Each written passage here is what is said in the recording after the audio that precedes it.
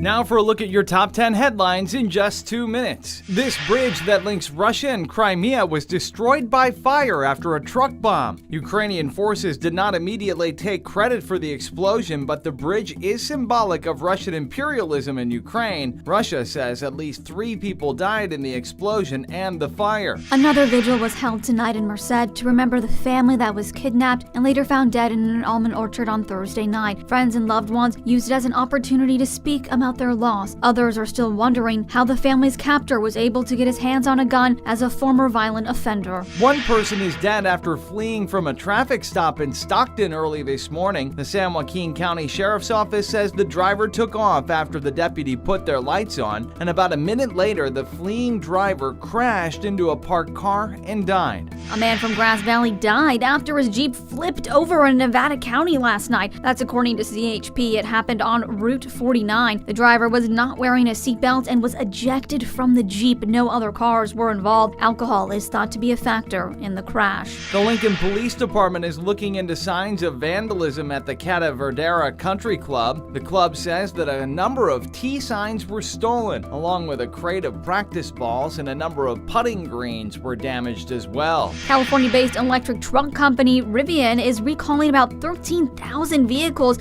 after they found an issue that caused a fastener to become loose on some trucks. The company has only made about 14,000 trucks this year. Nobody has been injured because of this defect. California Attorney General Rob Bonta announced that more than 50 people have been arrested and charged with grand theft and money laundering in relation to a mail fraud ring. The group took nearly $5 million from hundreds of people across the state. 3 people were injured in a shooting outside of a high school football game in Toledo, Ohio last night. The shots were heard on the field and sent fans, players, and the bands running for the exits. 3 people are expected to survive.